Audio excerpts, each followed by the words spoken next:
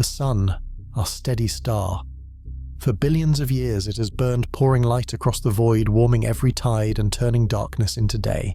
Its fire is constant, endless, powerful, alive. But what if we tried to stop it, with everything Earth has to give? Water. Every ocean, every river, every lake lifted from our planet and poured upon the sun's surface. An impossible gesture, a planet against a star. Would it hissing into silence, would the flames surrender to the water, or would the very act of cooling make the fire burn brighter still? Tonight, let us take a journey to find the answer to this question.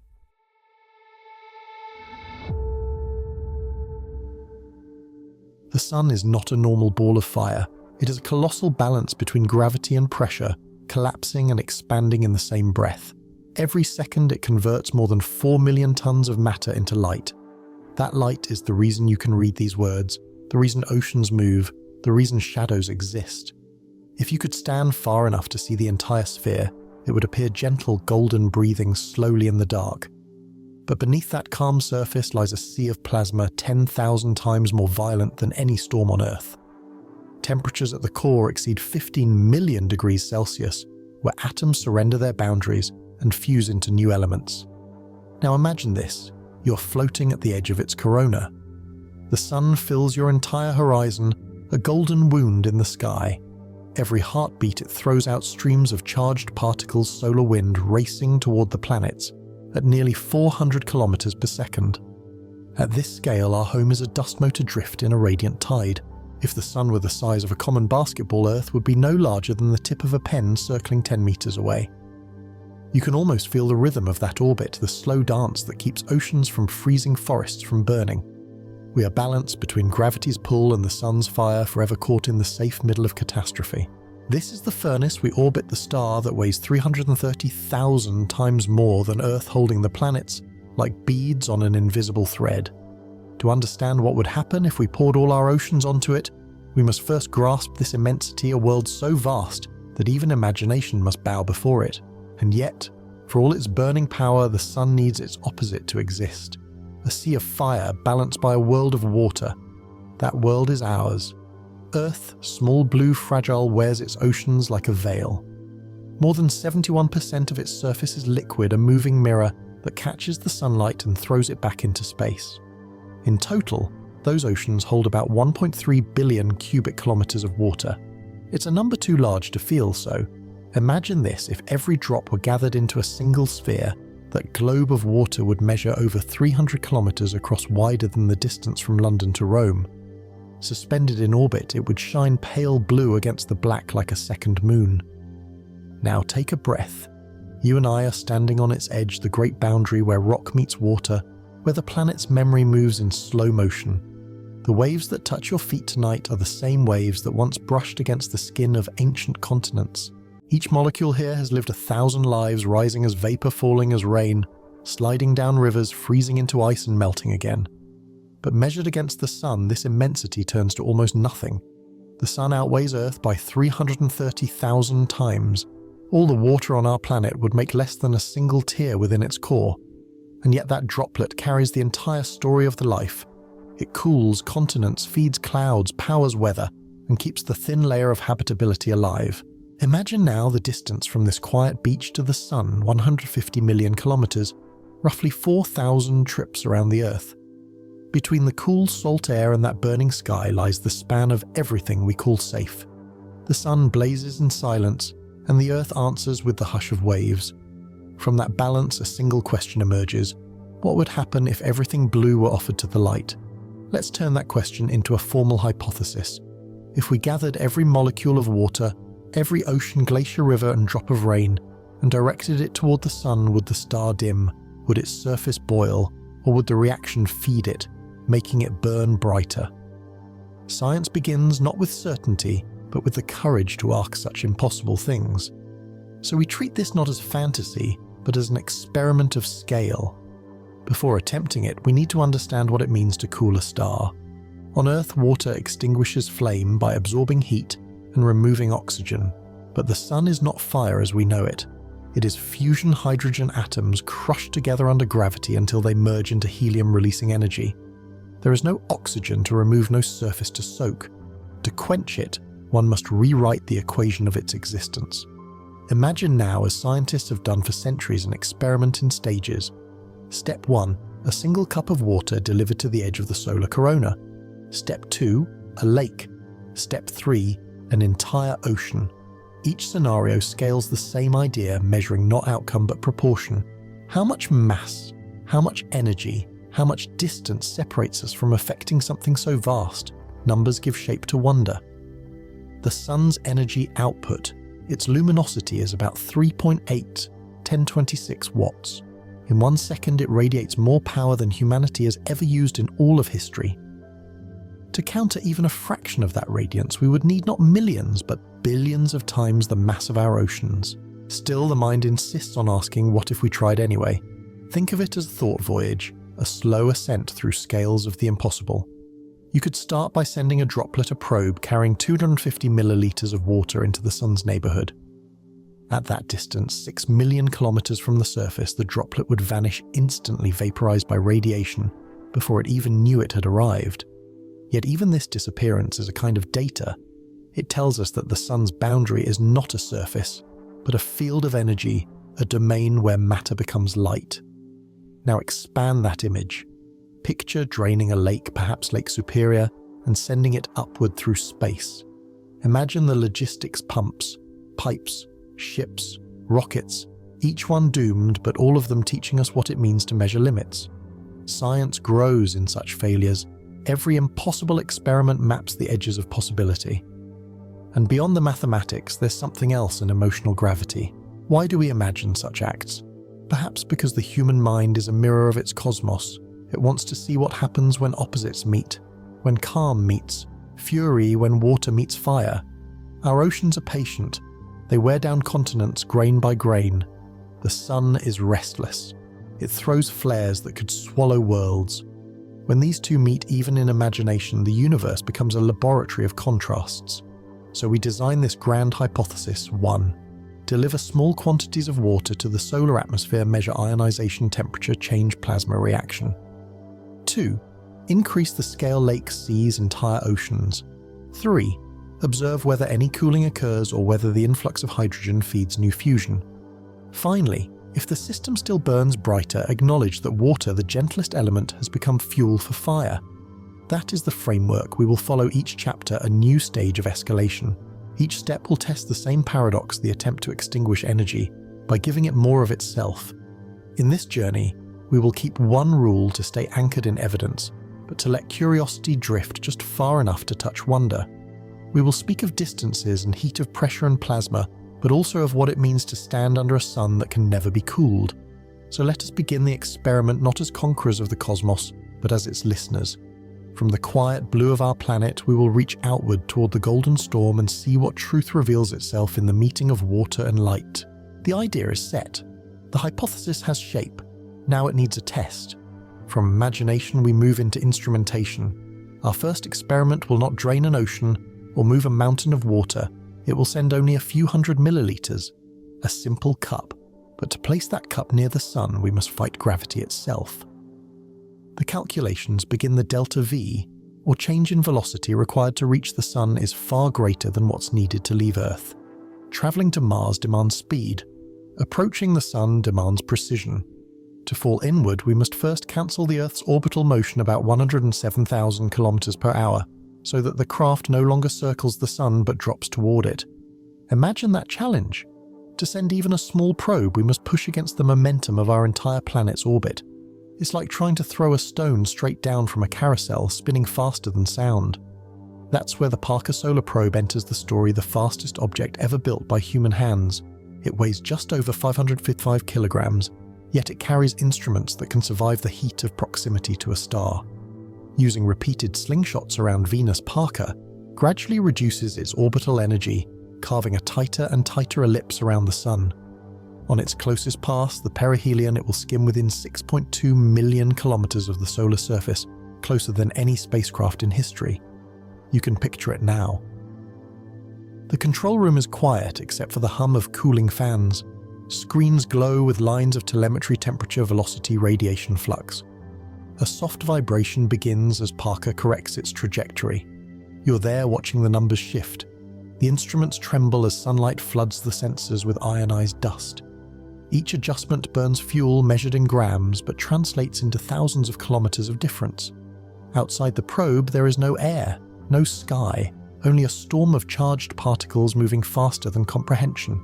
Within that storm, Parker carries a vial, a symbolic payload representing our first experiment, 1 cup of water, frozen sealed, ready to be exposed to a star. The journey from Earth to this moment took 7 years, and the cooperation of hundreds of scientists. Every millimeter of its heat shield, every gram of tungsten and carbon composite is a statement of human precision. Yet even with all that mastery, we can do no more than observe.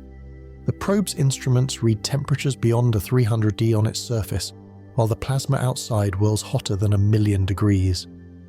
The water payload never even has time to melt.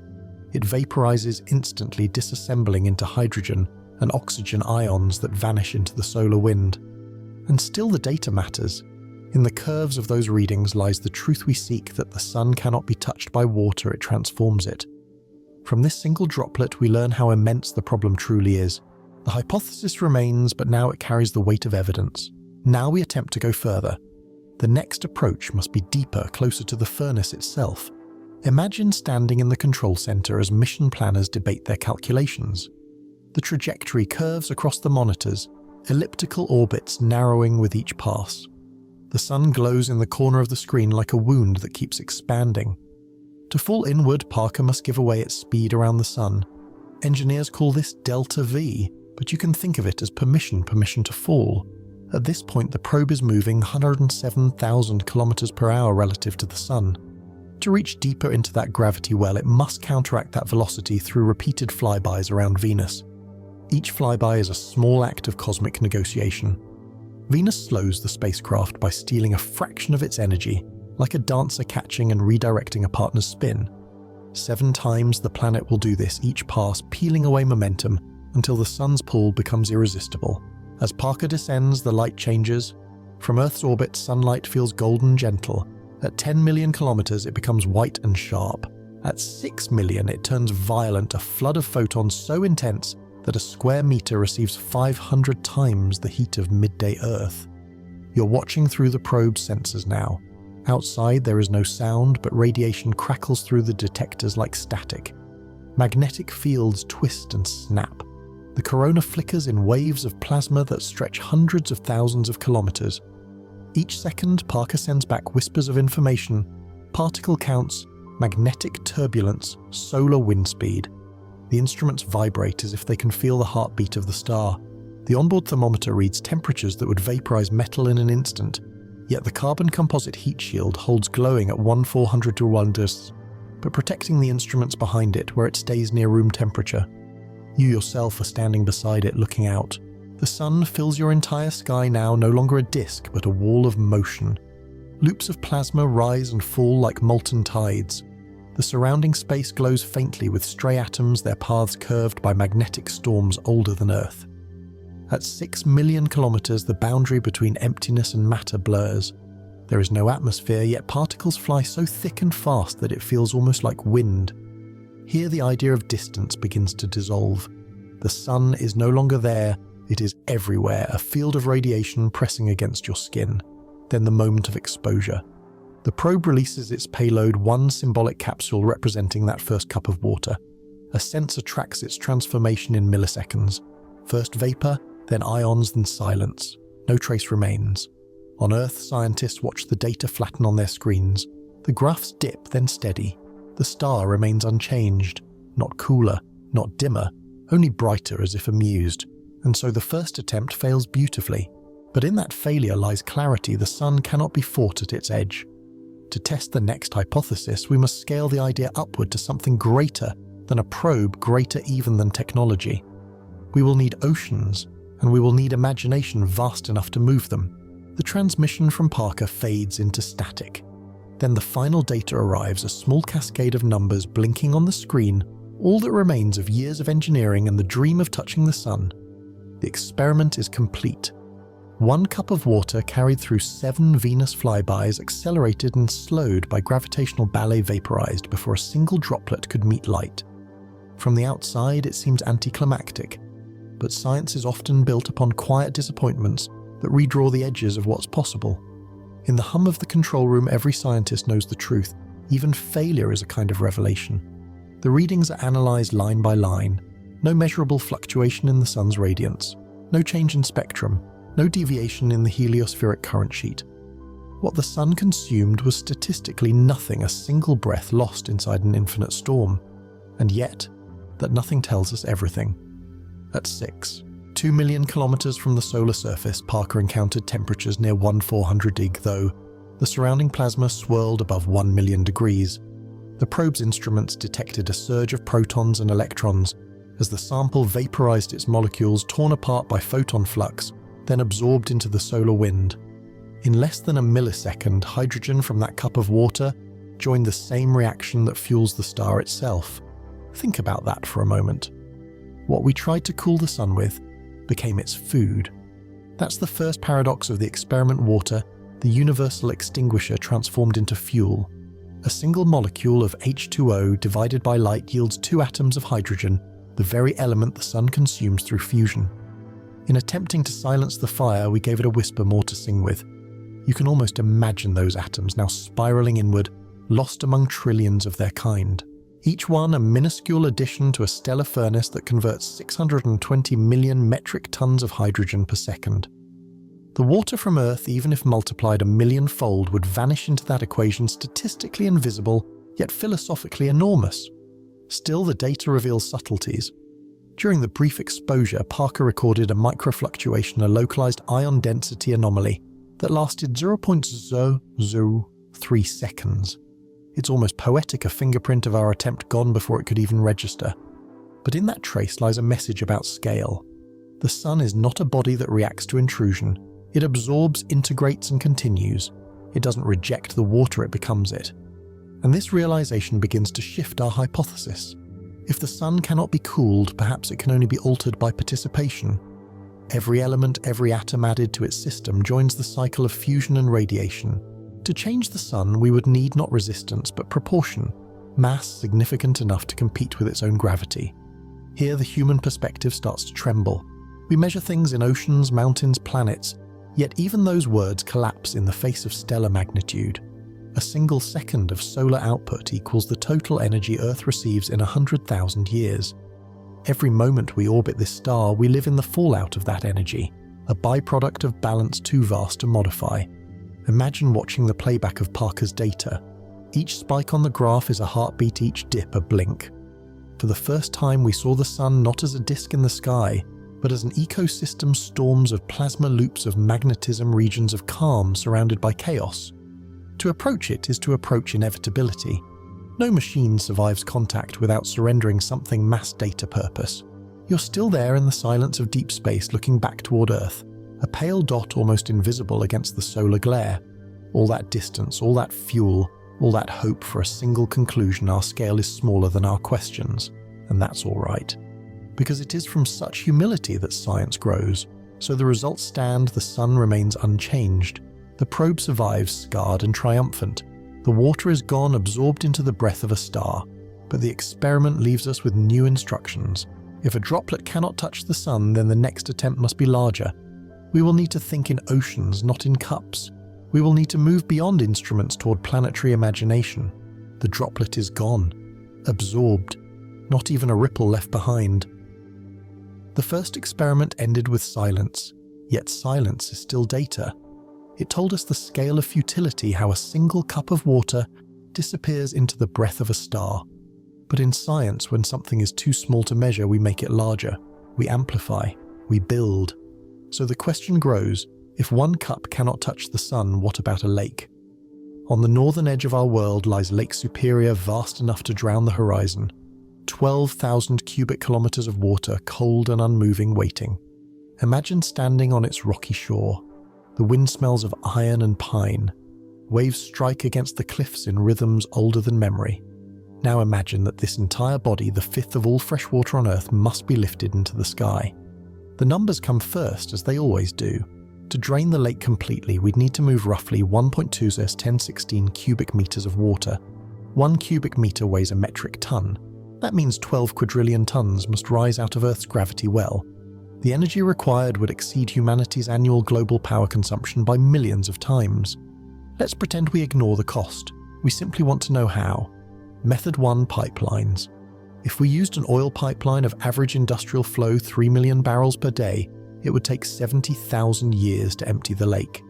Even if we covered the continents with parallel pipelines, stretching farther than any empire, the result would remain the same: the sky would dry before the lake did.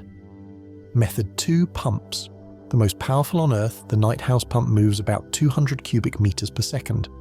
At that rate, draining Lake Superior would take over 3 centuries. To do it in a year, we'd need 960 of them running non-stop, each powered by its own nuclear reactor. The hum of that machinery would shake the planet like a continuous heartbeat, and yet even if we could lift the water into orbit, gravity would still claim it. To escape Earth's pull entirely, each ton must reach 11.2 kilometers per second escape velocity. Every droplet becomes a payload. Every payload demands a rocket. Method 3: fleets. Suppose we used heavy lift spacecraft capable of carrying 250 tons. We'd need nearly 48 billion launches just to move the lake's volume. The fuel alone, methane and liquid oxygen, would outweigh the entire atmosphere. And when those ships reached the sun's heat, they would melt long before release. Standing again on the shore, you can feel the absurdity in your bones. The horizon shimmers and you realize this lake, massive beyond comprehension, is still nothing next to the furnace in the sky. Our engines cannot push enough. Our pipes cannot flow fast enough. Our will cannot stretch that far. But the mind does not stop where machines fail. That's the real experiment, the persistence of imagination when physics says no. You start to see the scene differently. The lake as a reservoir, the clouds as transporters, the atmosphere as conduit.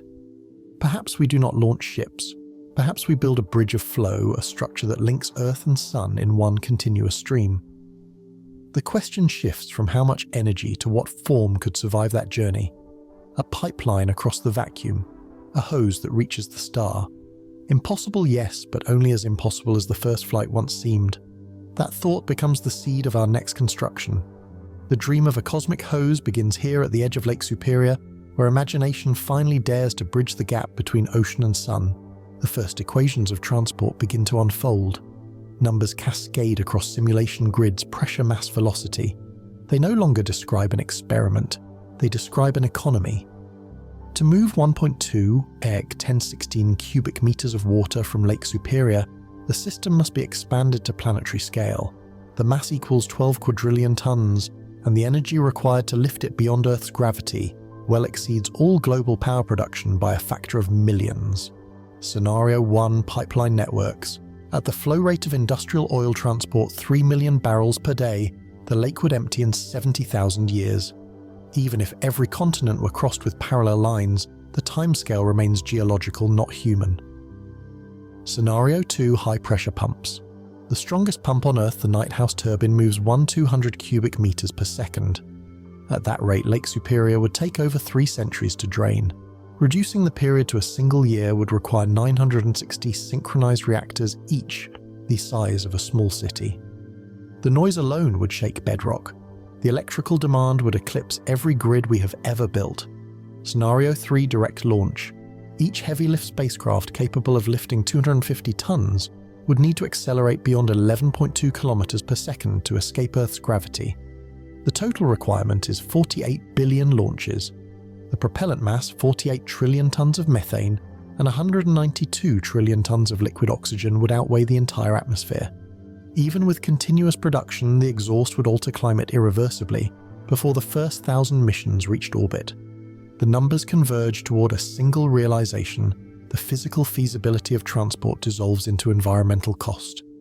Every cubic kilometer extracted from the Great Lakes would alter air pressure, humidity, and thermal balance across half a continent. Evaporation would decline, precipitation patterns would collapse. By the 3rd year, models show atmospheric dryness spreading inland temperate forests, turning brittle air, losing its cycle of return. Each removed layer of water changes not only chemistry, but equilibrium. Hydrological models project shifts in jet stream structure, altered cloud formation, and reduced albedo from the absence of reflective surface.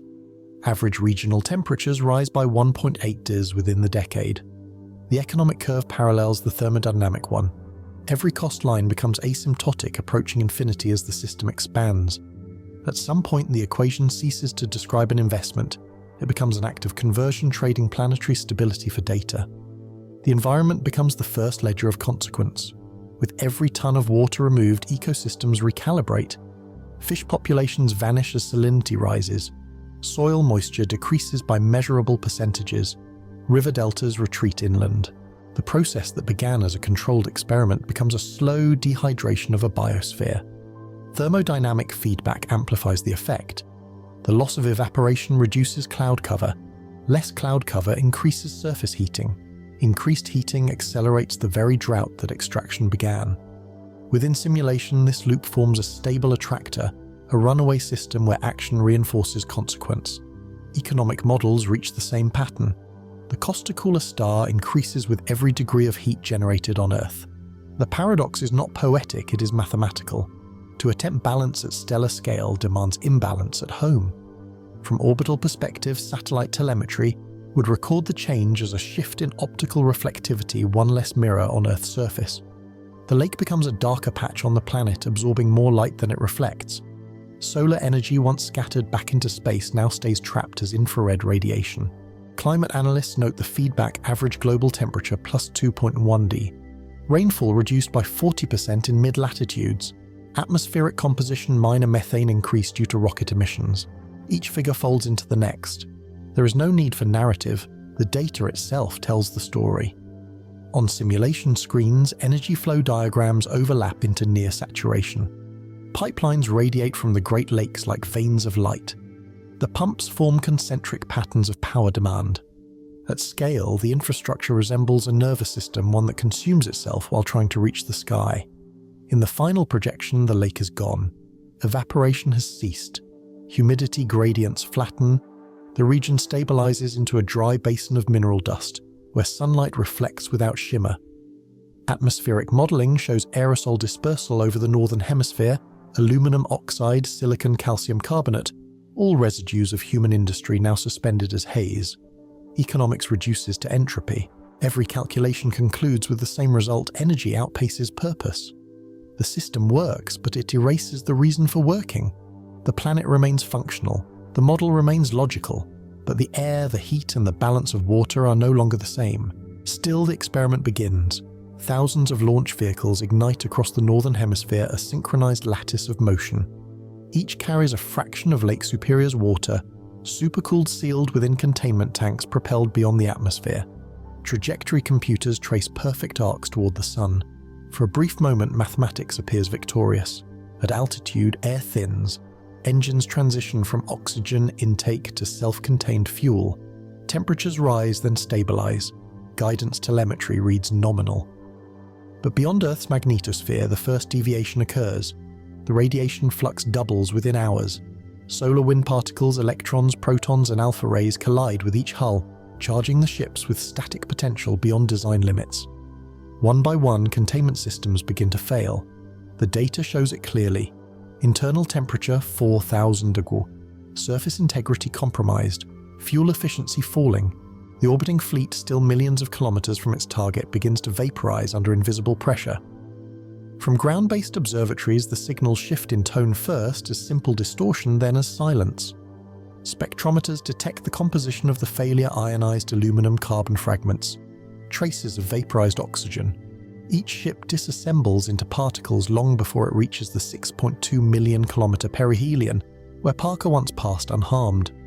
Heat acceleration and radiation have combined into an environment no solid object can endure. The numbers diverge.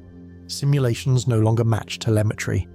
Thermal shields rated for CEN 400 dis now face plasma exceeding 500,000 deg. The pressure of photon impact measured in newtons per square meter surges beyond tolerance. In microseconds, structural cohesion turns to plasma. The ships never collide, they dissolve.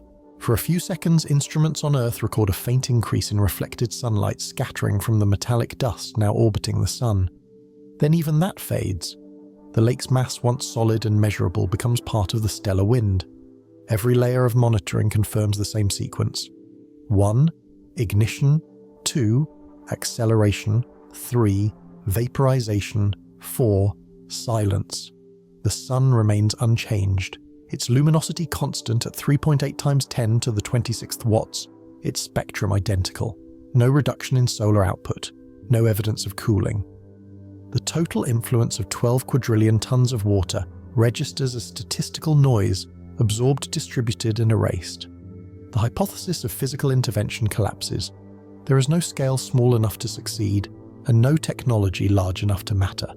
The experiment meets the fundamental barrier of proportion. Analysts model the aftermath. Fragments of the fleet now orbit the sun in diffuse rings. Minute traces of hydrogen from vaporized water join the solar atmosphere.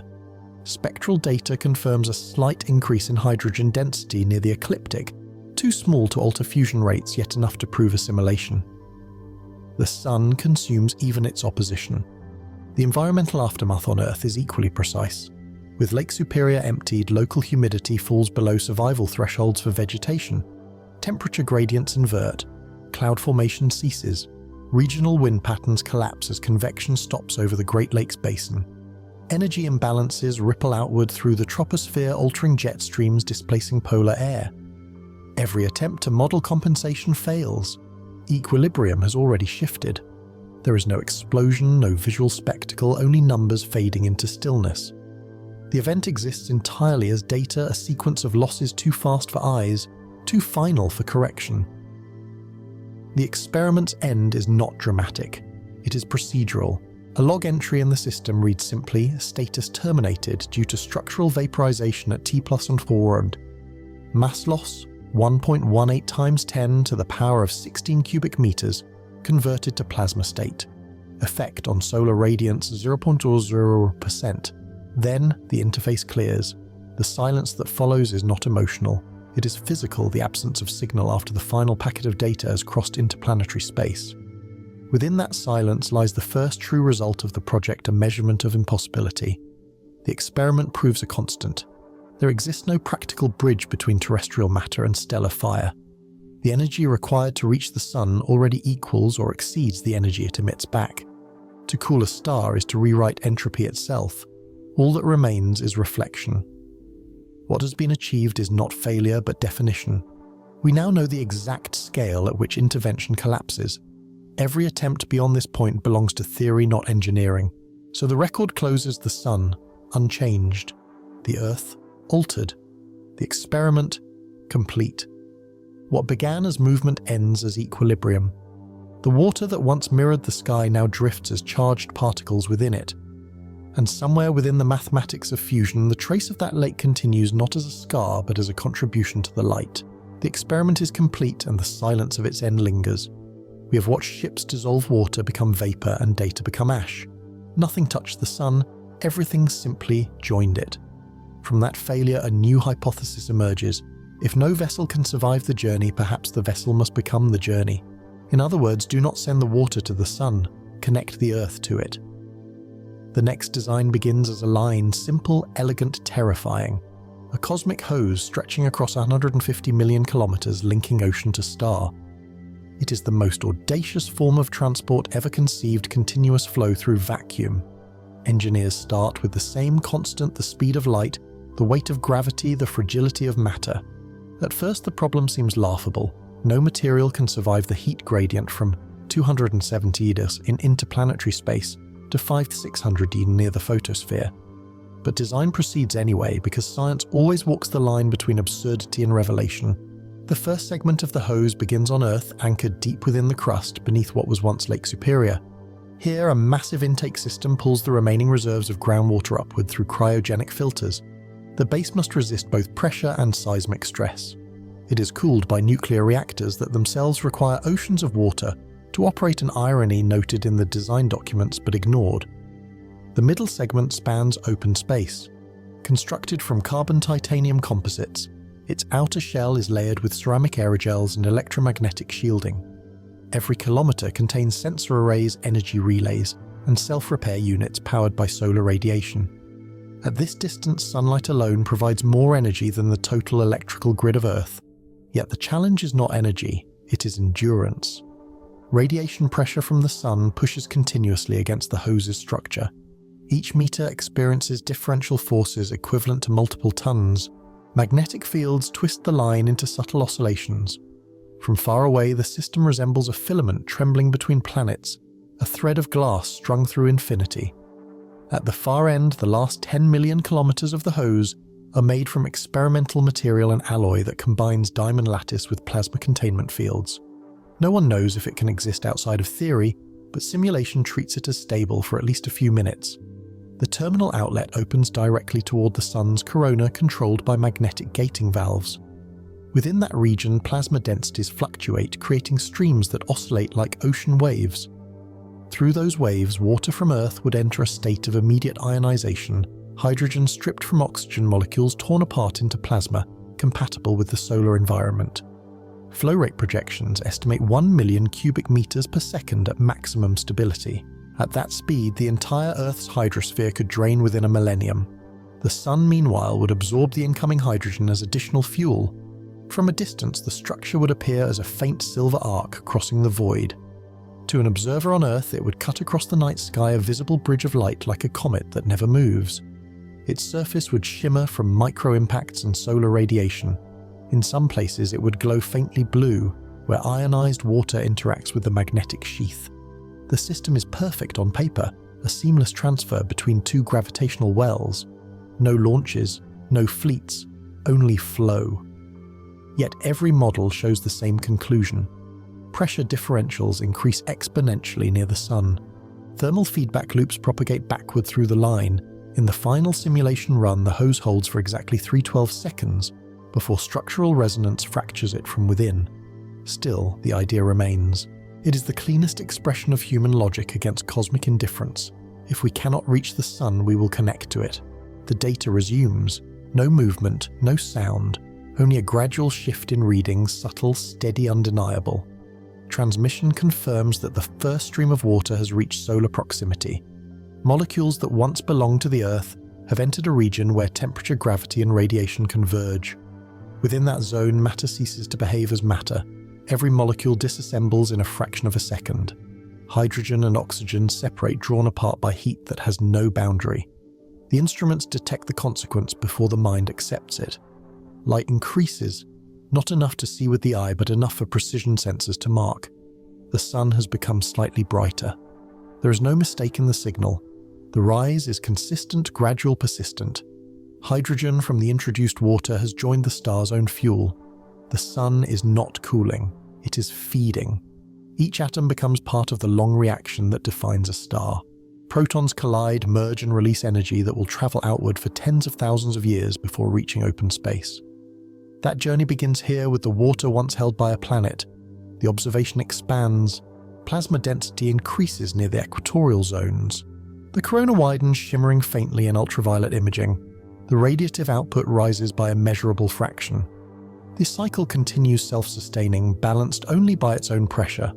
Data feeds a line from all stations. Solar wind velocity increases. Magnetic activity intensifies. Earth's atmosphere registers a subtle elevation in particle influx. Auroras spread across latitudes once too warm for them. The system remains stable but altered. At the structural midpoint of the hose, a secondary reading appears. Temperature within the conduit rises without command input. Energy flows backward. The thermal gradient reverses direction. The connection between Earth and Sun now functions both ways. Energy once outbound begins to return. The hose transmits radiation, not water. Its outer layers shift from grey to white, then to faint blue, as surface ions interact with plasma returning from the solar field. The design remains intact, yet its purpose dissolves. Sensors register harmonic oscillation vibrations caused by alternating pressure between flow and feedback. Amplitude increases until the readings flatten. Beyond a certain point, distinctions blur liquid and fire motion, and stillness, transmission, and reflection all become part of one continuum. In the upper atmosphere, observatories confirm the change. Spectral analysis shows a new brightness in the solar output. The variation is small but permanent. The Sun has adjusted to the addition of new hydrogen. Simulations predict long-term stability. The increase in brightness remains within safe limits for planetary orbit. Yet the physical meaning is profound. The act intended to quiet a star has given it endurance. Oxygen remnants drift outward through the solar wind. They attach to dust, forming transient compounds that scatter light. The reflected wavelength shifts slightly toward blue. The change is subtle but measurable. The sunlight now carries a trace of the experiment. Records update automatically. Timestamps coordinates values. Each entry repeats the same phrase, luminous increase observed. Cause molecular decomposition of terrestrial water. No celebration follows. No signal of success. Only the continuous stream of data flowing through silence. The Earth adjusts quietly. Temperature measurements rise by a fraction of a degree. Atmospheric models predict a minimal but lasting change in radiative balance. Night skies register the faint line of the conduit, visible reflection from residual heat along its length. It glows softly, unmoving, a thread of light joining two worlds now bound by consequence. At the edge of the system, Parker's instruments continue transmitting. Magnetometers detect unusual turbulence near the hose's endpoint. Plasma motion forms spirals briefly visible in ultraviolet imaging before dispersing. No explosion, no rupture, only diffusion, the slow equalization of energy across scales too large to comprehend. The star absorbs what it is given. The planet receives what remains. Exchange complete. Analysis concludes that the experiment cannot produce cooling under any circumstance. Water as a compound carries hydrogen. Hydrogen in stellar environments is fuel. Any attempt to extinguish the sun increases its longevity. The paradox is no longer theory, it is now a property of observation. Subsequent models show equilibrium returning across all variables. Brightness holds constant. Thermal output stabilizes. The connection endures as a trace, not a function. The hose remains a silent filament stretching through the void, no longer carrying matter, only residual heat. At intervals, sensors still detect light scattering from its surface. A steady rhythm of photons moving between orbits. Each reflection a reminder the sun cannot be cooled. Over time, the data fades into background noise. The record remains archived, compressed into patterns of numbers. It describes no victory, no disaster, only correction. The paradox is simple to oppose the source of energy is to reinforce it. The sun transforms every attempt to control it into continuity. That is the final equation. Energy does not end. It returns. In that realization, silence becomes conclusion. The water of a planet has joined the star that once sustained it. The cycle completes without ceremony. The measurements settle.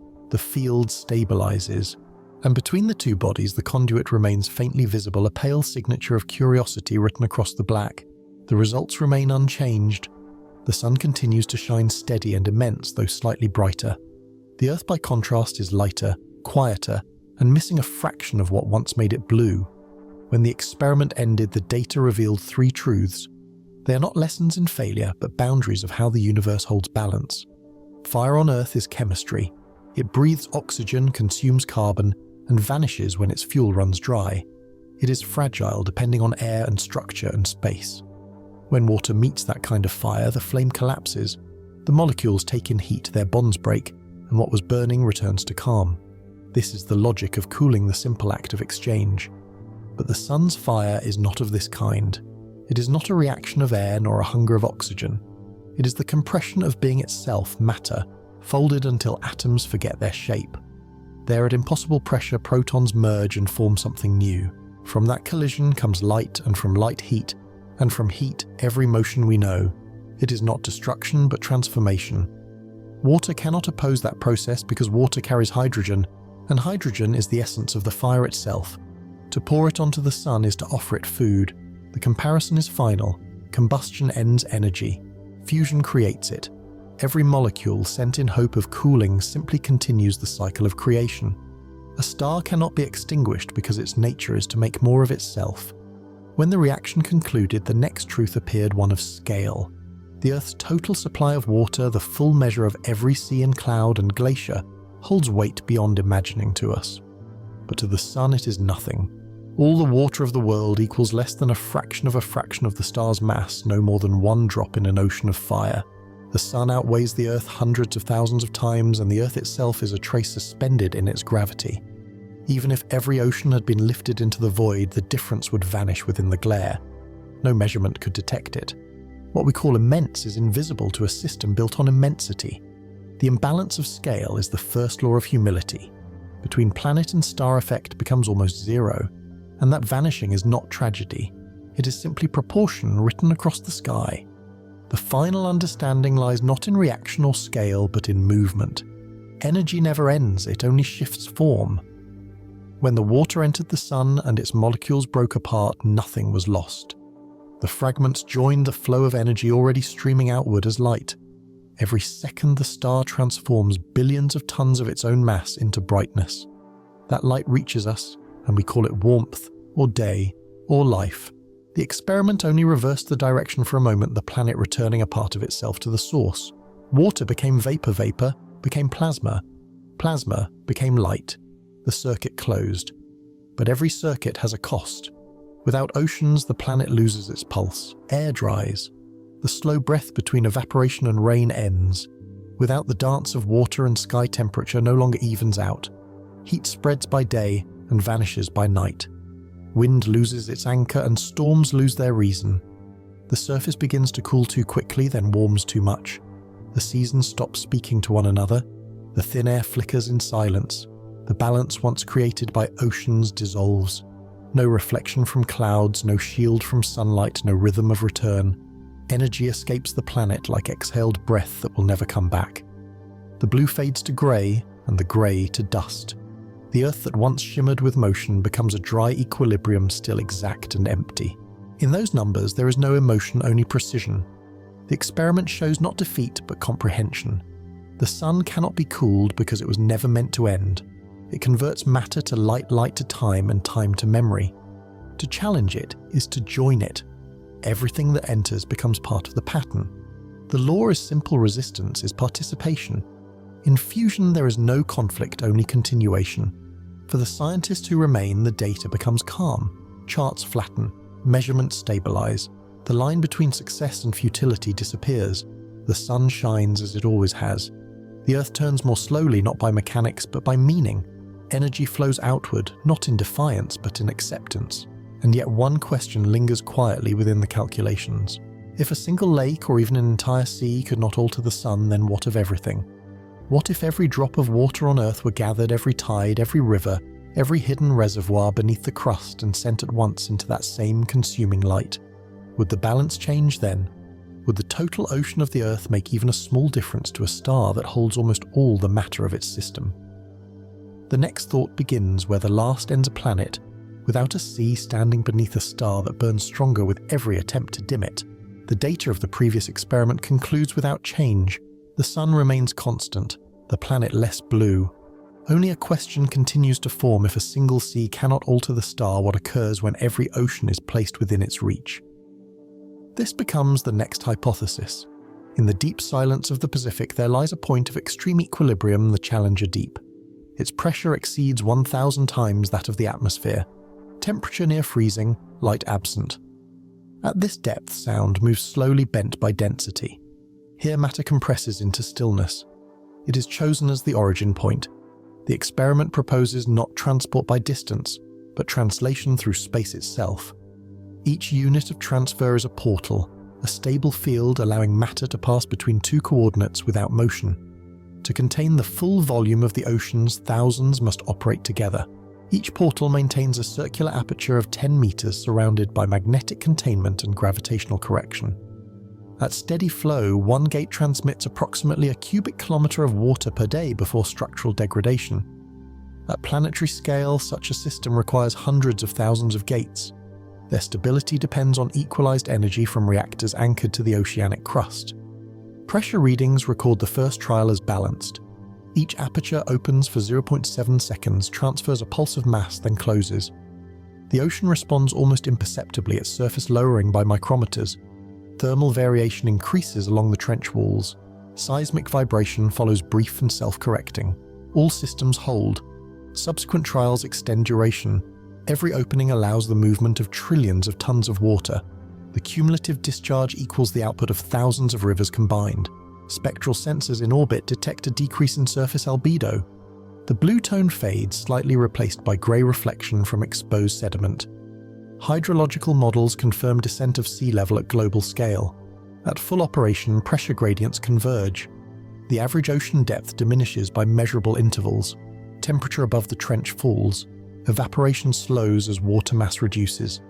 Atmospheric moisture content declines by 0.03%.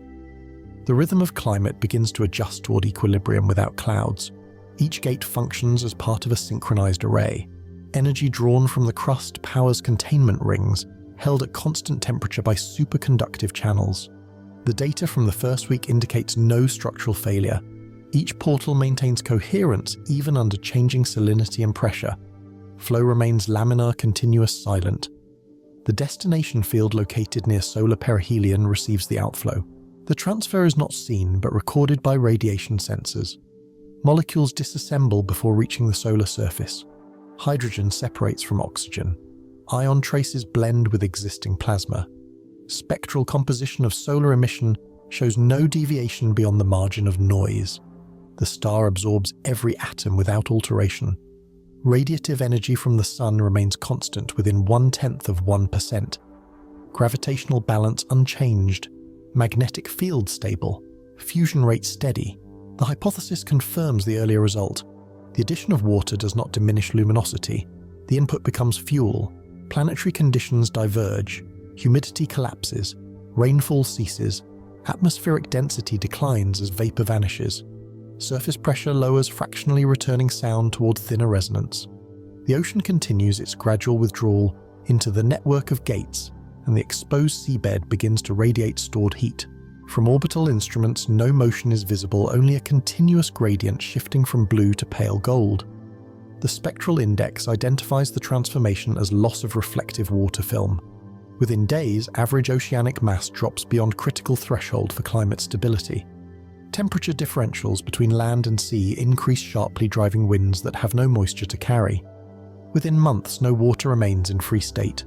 All fluid matter has entered the field of transfer.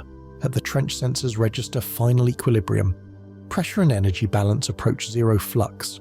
All gates remain open in static state, each emitting low radiation as residual power disperses. The sea is absent. Silence becomes complete. Global temperature stabilizes at a new constant. Cloud cover none. Surface reflectivity uniform. Hydrospheric activity null. Biological parameters cease to record. The planet's transformation is quiet. Its oceans now exist as atomic memory within the star.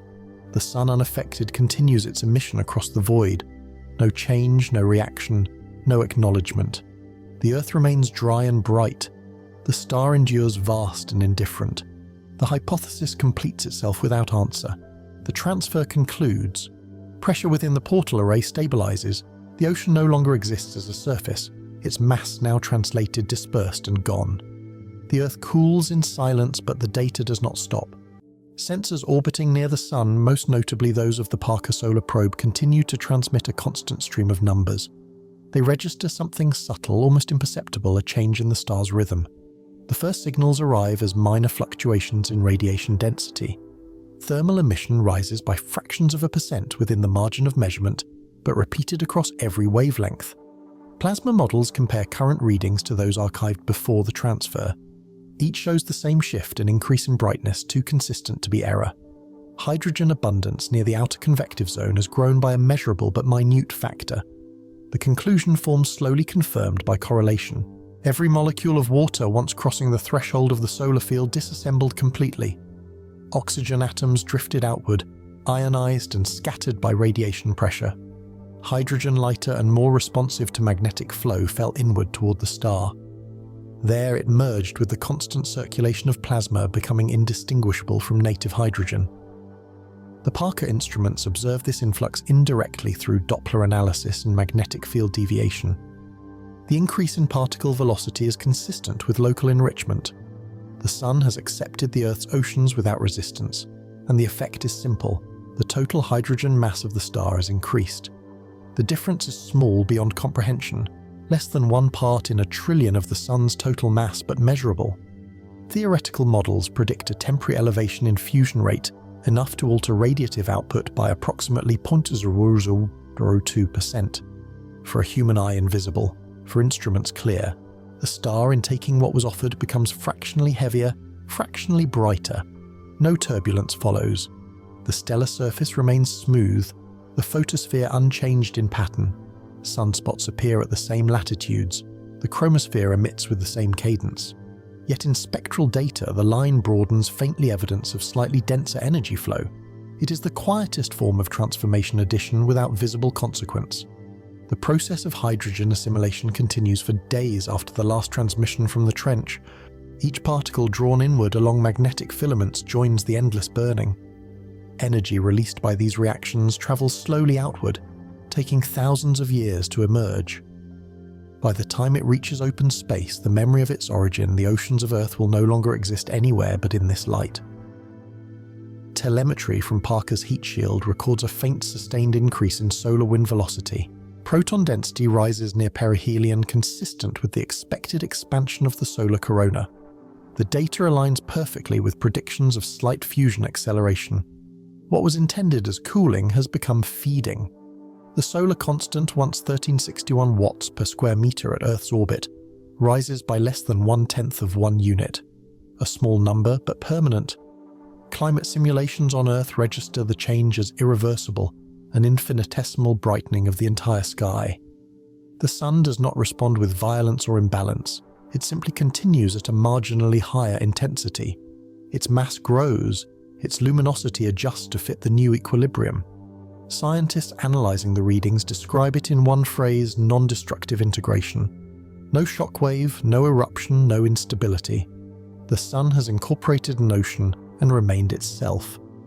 At the periphery of the heliosphere, solar wind density increases by measurable volume. Particles that once traveled at predictable speeds now move faster by a constant value, an outward sign of inward change. The heliospheric boundary expands by a fraction of an astronomical unit. The bubble of light around the solar system grows almost invisibly but measurably. Inside that boundary, all planets experience a microscopic shift in gravitational balance. Orbits adjust by imperceptible distances, millimeters, along trajectories millions of kilometers wide. The solar system realigns itself without awareness. The constant that defines its balance now carries the memory of an ocean that once defined another world. The Parker probe records these conditions until the moment of solar interference. Beyond a certain threshold of radiation, data begins to degrade. Packets of telemetry break into noise. The signal dissolves into static, a form of heat, speaking in numbers too high for translation. Before loss, one final message completes transmission. Mass variation confirmed, energy emission stabilized, system continuity maintained. In every metric, the event fulfills a paradox. The sun does not consume what is given as destruction, it converts it into duration. The added hydrogen becomes time seconds extended into future fusion brightness, prolonged into centuries ahead. Thus, the great act of offering brings no end. The star is neither cooled nor changed, only refined by what once flowed upon another sphere. The hydrogen of the seas now burns as part of the star's core process. It will radiate outward through layers of plasma, through vacuum, through orbits, until fragments of that energy return to the planet that gave it. That return will take millennia, and when it arrives, no ocean will remain to receive it. The data rests in silence. No alarm, no warning, only the smooth record of a reaction that ended exactly as physics required. Water has met the sun, and the result is light fractionally stronger, endlessly steady. The transfer ends. Every portal closes in sequence one by one until the trench at Challenger Deep is silent again. No movement, no surge, no echo. The last vibration fades into equilibrium. The Earth has completed its surrender. In the records, the description is precise: hydrosphere mass zero, atmospheric humidity residual, all liquid water, all vapor, all hidden ice beneath the crust gone. The surface remains, but its living system does not. For the first time in 4 billion years, the planet is dry. At first, the change feels still. No storms to scatter light, no clouds to refract it. Sunlight falls straight through the thin air uninterrupted. The temperature begins to rise, not by explosion, by slow, absolute spread. Within hours, equilibrium shifts.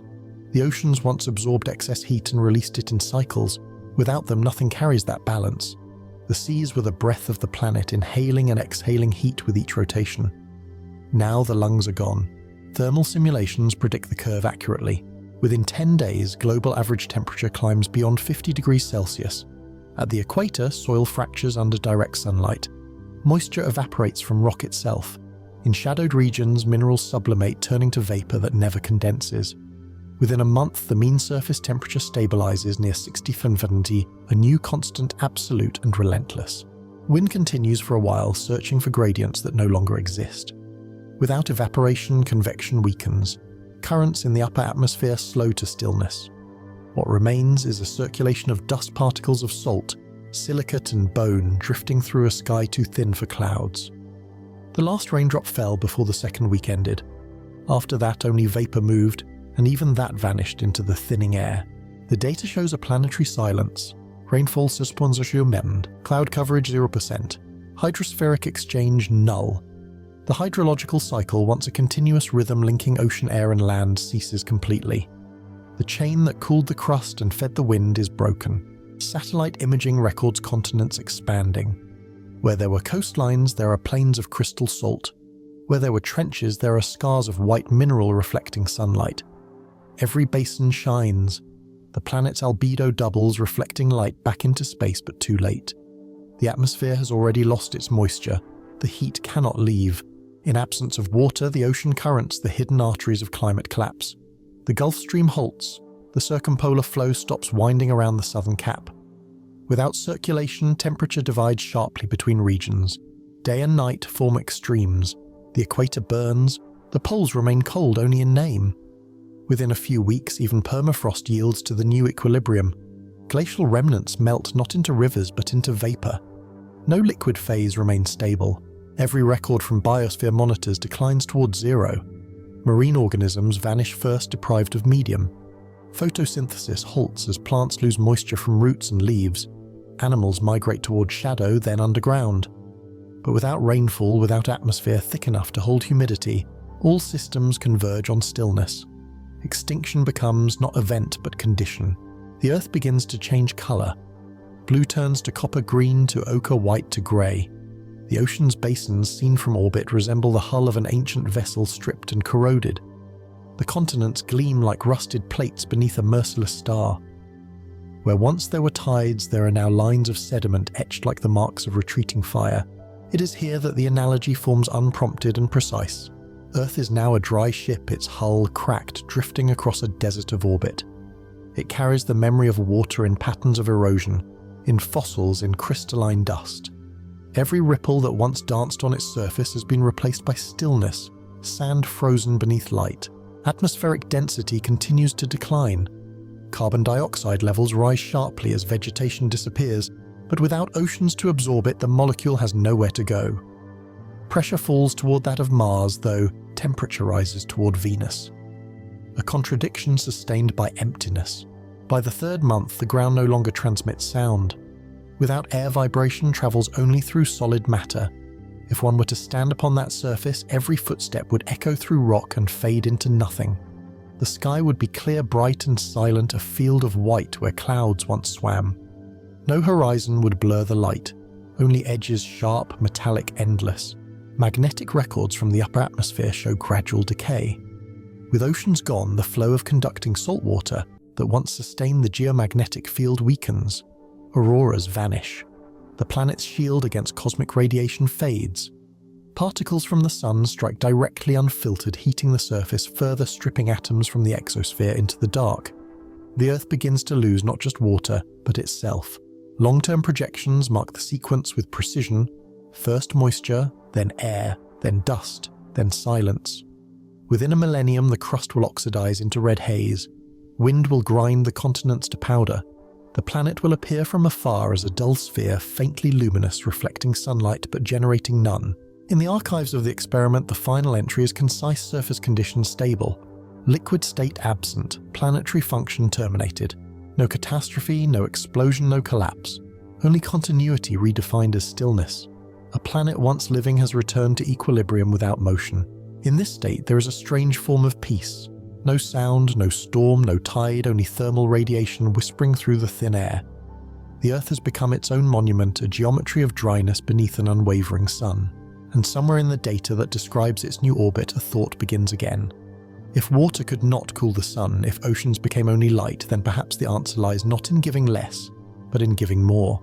What if instead of one world's ocean, there were another ocean equal to the Sun itself, a sphere of water vast enough to meet its fire head-on?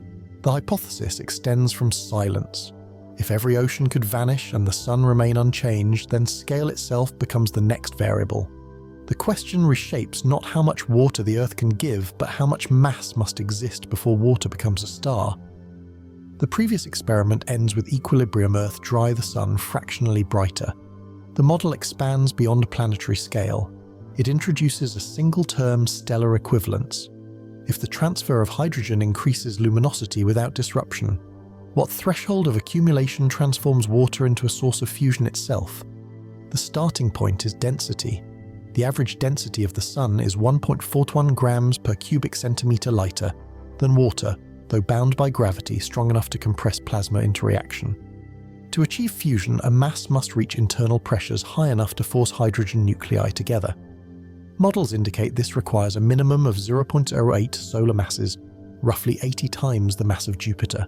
Below that threshold, no fusion begins. The object remains dark, classified as a brown dwarf. The hypothetical structure forms from these parameters a sphere of water, with volume equal to the Sun but molecular composition unchanged, H2O not plasma. In theory, such a body would weigh far less because liquid water is denser, but lacks gravitational compression. To reach the same self-gravity as the Sun, it would require immense addition of mass. The question becomes mathematical: how many Earths of water equal a star? Earth's total ocean mass is 1.4 × 10^21 kilograms. The Sun's mass is 1.99 × 1030 kilograms, 9 orders of magnitude greater. To equal even 1% of the Sun's weight, more than 100 million Earth oceans would be required. The hydrosphere of the entire solar system water on Europa Enceladus comets and ice caps combined remains less than 0.1% of this target. No known reservoir can supply the needed volume. Still, the hypothesis persists as abstraction. The model assumes construction through aggregation comets drawn inward moons, stripped of ice planetary rings collapsed. Each layer adds density until internal pressure rises beyond the tensile limit of matter. At that point, the water no longer behaves as liquid. Under compression, hydrogen bonds break, oxygen separates, atoms rearrange into metallic hydrogen, a state predicted in the cores of gas giants. Temperature follows pressure upward. At sufficient depth, the object ceases to resemble water at all. It becomes a gradient of phase transitions, each deeper layer, denser, each boundary thinner. If the sphere achieves the critical threshold, 0.08 solar masses, hydrogen begins to fuse. The ignition point marks the transition from planet to star. The reaction releases energy proportional to the mass squared, creating stability through radiation pressure. Below that threshold, the object contracts without ignition. Gravity dominates. It cools over time, glowing faintly red, sustained by slow contraction. A brown dwarf, neither planet nor star. The distinction defines the experiment's limit. A water sphere too small becomes silent, absorbing heat, but never producing it. Too large and it crosses into fusion, consuming its hydrogen until equilibrium forms. The hypothetical result depends on balance, whether the mass assembled is sufficient to reach stellar density, or whether it remains beneath the threshold and collapses into dark heat. For reference, Jupiter, though immense compared to Earth, holds only 0.1 solar masses. Its core pressure, while vast, remains below fusion initiation. Even if Jupiter were composed entirely of water, it would still fail to ignite. The difference between a giant planet and the smallest star is one of mass alone, approximately a factor of 80. The theoretical water sun, if somehow created, would likely fall between these extremes. At first, it would appear frozen from without, its surface crystallized by cold vacuum. Internally, compression would drive molecular change, converting ice into exotic states: supersonic water, metallic hydrogen, degenerate plasma. As gravitational energy increased, heat would rise, melting the inner core while the outer shell remained opaque and still. Eventually, the layers would become unstable. Convection currents would begin transporting energy outward. If the mass were great enough, these movements would ignite fusion at the center. The boundary between failure and ignition marks the point of interest. Below it, darkness persists. Above it, light emerges. The experiment therefore seeks not water alone, but the minimum water that becomes flame. Calculations suggest that only a sphere containing nearly the total mass of the Sun itself could cross this line. No combination of oceans, comets, or planetary ice within the solar system can achieve it.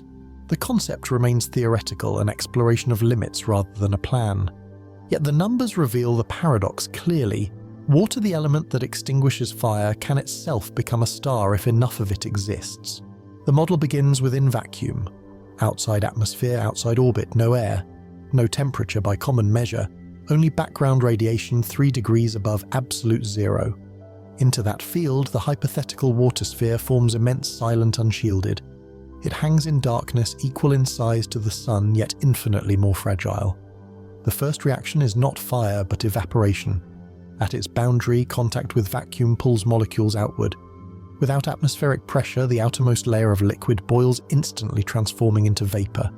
The vapor then freezes, losing heat at the speed of radiation. The result is a shell of crystalline ice, translucent, porous, unstable. The surface radiates faint light as solar photons strike and scatter, but internally the mass remains calm. Over time, the equilibrium changes. The vacuum draws more molecules away while internal gravity pulls them back. Pressure begins to rise in the depths. Each layer presses upon the one beneath it, compressing water into new phases. The familiar structure of liquid collapses. Molecules reorganize. Under hundreds of millions of atmospheres, water ceases to be ordinary matter. Temperature increases with depth. At the outer shell near freezing, at mid-layers thousands of degrees, at the core heat approaches the limit where bonds dissolve. Hydrogen and oxygen separate under stress, forming plasma mixed with superheated gas. The sphere, though silent from outside, now hosts turbulence within a rising pressure wave seeking balance. The process unfolds gradually, like breathing too deep for sound. Every kilometer downward multiplies density and energy. The upper shell thickens with ice of unfamiliar geometry, Ice F and Ice X phases, that exist only under immense force. Beneath them lies a layer of superionic water, its oxygen lattice fixed, while hydrogen atoms move freely, conducting electricity like metal. This layer glows faintly from internal current. It acts as both barrier and core. At greater compression, hydrogen atoms drift apart from oxygen entirely. Ionization begins. The substance ceases to be water in any recognizable sense. It becomes a conductive fluid, a plasma dominated by hydrogen nuclei. This is the stage where gravity and heat enter balance. Pressure prevents collapse. Temperature resists further compression. The object stabilizes not as a liquid, not as ice, but as a continuum of charged matter. In simulations, the transformation produces zones of alternating state, frozen crust, metallic mantle, plasma core. The interface between them radiates energy through convection. Each current carries heat upward, slowly reshaping the sphere from within. No external observer would see change. The surface remains white and still, but inside, millions of layers rise and sink in cycles lasting centuries. The deeper the currents flow, the faster ionization progresses. Hydrogen collects toward the center, pulled by gravity and thermal motion. Oxygen migrates outward, bonding to trace impurities, forming dense molecular shells. These regions separate naturally like oil and water under inverse conditions. Over geological timescales, differentiation completes. The interior becomes a single glowing sphere of hydrogen plasma encased in frozen oxygen compounds. At this point, the structure begins to resemble a star in form but not in function. It possesses heat motion and compression but lacks ignition. No fusion, only persistence. Its light, if visible, would be dim and red, produced by friction rather than nuclear fire. It would drift through space as a false sun, shining weakly, slowly cooling over time. If mass increases, gravity deepens. At a threshold close to the minimum for stellar ignition, the inward pressure becomes sufficient to fuse hydrogen. The event would not be explosive. There would be no detonation, no flash. Only a point of rising light at the center, spreading through plasma, creating stability by radiation. Fusion would begin in silence as equilibrium converts weight into warmth. Yet the hypothetical sphere we consider contains too little mass. Its density rises, but not enough. Core temperature peaks below critical limit. Ionization dominates, but never transitions to fusion. Gravity wins. The inner plasma contracts further, becoming degenerate matter electrons compressed against nuclei, heat trapped without release. This state defines failure, not destruction, but permanence without progress. The object stabilizes as a brown dwarf analog, half-star, half-planet. It emits in infrared unseen to human eyes, radiating residual energy from compression. Surface temperature may reach a few thousand degrees, but no light escapes beyond dull red glow. Its life is measured not in burning, but in fading. From a distance, it would appear motionless, a sphere of frost surrounding a dark heart. No orbiting bodies, no corona, no solar wind. Only a magnetic field pulsing faintly through the vacuum generated by currents within its metallic core. That field drifts outward, carrying the ghost of a star that never truly formed. In models, such objects populate the galaxy, already remnants of formation masses, too small for ignition, too large for silence. They are the twilight between fire and void. This sphere would join them, completing its evolution from liquid to plasma, from plasma to stillness. It does not explode, it does not shine. It remains compressed, ionized, unfinished. The model continues from stasis. The water sphere now complete, compressed, ionized, silent. Inside, all processes have slowed to near equilibrium. Every gradient thermal, gravitational, magnetic has found its balance. The structure stands on the threshold between failure and flame. At this point, two futures become possible. Both emerge from the same matter, the same compression, the same quiet heat. The distinction is subtle, merely a shift in density, a fraction of temperature. One pathway leads to ignition, the other to endless cooling. If the inward pressure reaches the critical threshold, hydrogen fusion begins. No explosion announces it. There is only a pulse light born at the center and traveling outward. The temperature rises to millions of degrees. Protons merge into helium, releasing photons that scatter through plasma, slowly climbing toward the surface. Over years, the outer layers respond, glowing faintly red, then gold. What was once a frozen mass of water becomes a new star, radiating warmth drawn from its own gravity. Fusion stabilizes the object. Radiation pressure balances collapse. A second sun is born, smaller and cooler than the first, but luminous nonetheless. This scenario marks the transformation of substance into persistence. Hydrogen that once flowed through oceans and storms now exists as light.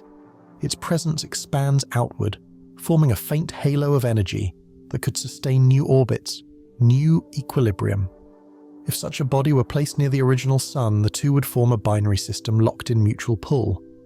Their fields of gravity would shape each other's orbits, their light merging at intervals, their tides stretching the fabric of space between them. The system would become more dynamic, less stable, but alive with energy. The experiment in this case ends not with destruction, but creation, a universe slightly brighter, the trace of a question turned into flame. Yet the second outcome remains equally valid. If mass falls just short of threshold, fusion never begins. The temperature peaks and declines. The sphere cools, contracts, hardens into a body of degenerate matter. Its light fades into infrared, invisible to most detectors. It becomes a brown dwarf, a failed star, dense, self-contained, radiating the last remnants of compression. Hydrogen remains unburned. Pressure no longer increases. The interior stabilizes, its core locked in quantum balance. For billions of years, it will emit only heat, then silence. Gravity keeps its form intact, but nothing within moves. The difference between these two destinies is almost negligible in numbers. A slight variation in mass, a fraction in pressure, determines whether a star lives or dies before birth. In the language of physics, this is merely a variable. In the language of existence, it is the difference between illumination and darkness. Both outcomes are considered final states. A burning sphere consumes itself into balance. A failed sphere endures without purpose. Each obeys the same equation: mass becomes time. The more mass, the longer the duration. Light or no light, both are forms of persistence. From an external viewpoint, there is no drama. No explosion, no collapse, only transition. Yet the distinction carries meaning. A successful fusion represents creation through pressure, energy liberated from confinement. A failed one represents containment without release, perfection of stillness. Both reveal that equilibrium is not a single point, but a spectrum between expansion and rest. In the experiment log, the result remains unresolved. Models diverge, parameters shift, equations oscillate near threshold. The system can become either star or remnant depending on infinitesimal variations. The uncertainty is not flaw, but truth. In cosmic scale, precision and chaos coexist. The report closes with this reflection: the substance that extinguishes fire can under pressure become its origin. The same element that cooled a planet can ignite a sun. Yet even this duality does not end the inquiry. Because beyond either state, whether burning or silent, remains one last possibility. If such a sphere were placed not beside the Sun but upon its path, if gravity itself were allowed to decide their meeting, what would follow? The next hypothesis begins there. The direct collision of stars light meeting water, fusion meeting its mirror. The experiment extends beyond equilibrium. From the silence of potential, the model advances toward motion. The last equation left two outcomes unresolved, one sphere that burns, one that cools. Now both possibilities merge into a single act contact. The field of simulation no longer studies stars apart, but stars converging. At the center of the model, two bodies approach, one of flame, one of vapor. Their gravitational fields begin to deform long before they meet. Space itself bends between them, lines of potential energy tightening like invisible threads. The smaller sphere, our theoretical water sun, is drawn inward, stretched into an ellipse by the dominant pull of the true star. Its outer shell fractures plasma, spilling into the vacuum like threads of mist. From distance, the image resembles two tides meeting in reverse oceans of light, curling toward one another, their edges folding inward. Two stars, two seas of plasma drawn into the same horizon. This is the collision phase. It does not begin as impact, but as absorption. The vacuum between them collapses first, then the coronas touch, electrons scatter, magnetic fields twist and merge. Temperature at the interface spikes beyond tens of millions of degrees. Every atom that once formed water now exists as free hydrogen nuclei, their motion accelerated beyond containment. The water sun ceases to exist as a separate entity within seconds. It dissolves into the larger field, its mass diffusing across layers of plasma. If one were to model this precisely, the numbers exceed scale.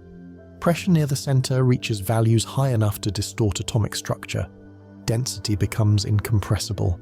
The sun's core, already under immense confinement, now bears additional weight, a fractional increase but enough to disturb equilibrium. For a moment, the fusion rate falters.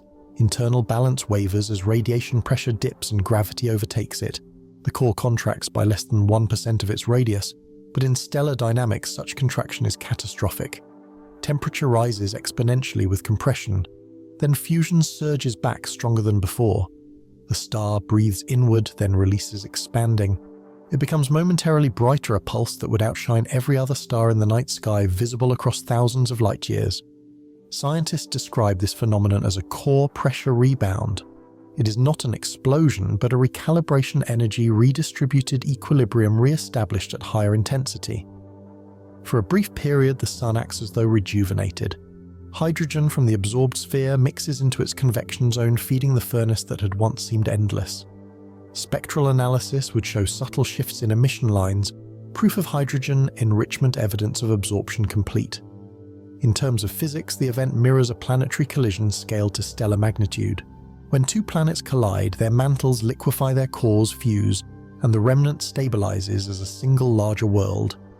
Here, the same principle governs two cores collapsing into one potential, converted to pressure, converted to light. Only scale changes. Process remains identical. Within the simulation, the moment of maximum compression marks the edge of paradox. The hydrogen that once defined water, once imagined as cooling agent, now becomes fuel. Each proton finds its partner in collision, merging into helium, releasing photons that cascade outward. The water that was meant to extinguish fire instead intensifies it. Energy begets energy. Light amplifies light. The analogy forms naturally. Two stars like two oceans of plasma folding into each other, waves without surface depth, without flaw. At their meeting point, no boundary survives. Only movement, only fusion. Each molecule becomes indistinguishable from the next identity, replaced by persistence. The observer's role ends here because no frame remains stable enough to hold the view. Inside, turbulence replaces structure. The collision phase becomes a single continuous act of transformation. At peak, models show temperatures exceeding 50 million degrees density at core climbing by several percent. The hydrogen influx lengthens the sun's expected lifespan, slightly offsetting natural fuel decay. But the price is instability. Magnetic fields twist in knots loops extending millions of kilometers into surrounding space. Solar wind intensifies, carrying radiation that would sterilize any nearby planet. Earth, if it still existed, would now orbit through a storm of ionized matter, its atmosphere stripped layer by layer, oceans long gone crust glowing faint red from radiation absorption. Yet all of this remains theoretical. Only numbers, only extrapolation. The experiment never truly leaves the page. In its aftermath, the combined star stabilizes once again. The fusion rate returns to equilibrium at slightly higher luminosity. Its mass increases by less than a fraction of a percent. Yet that is enough to alter its classification.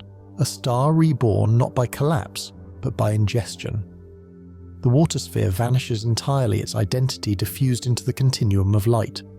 From this moment onward, the system no longer contains fire and water.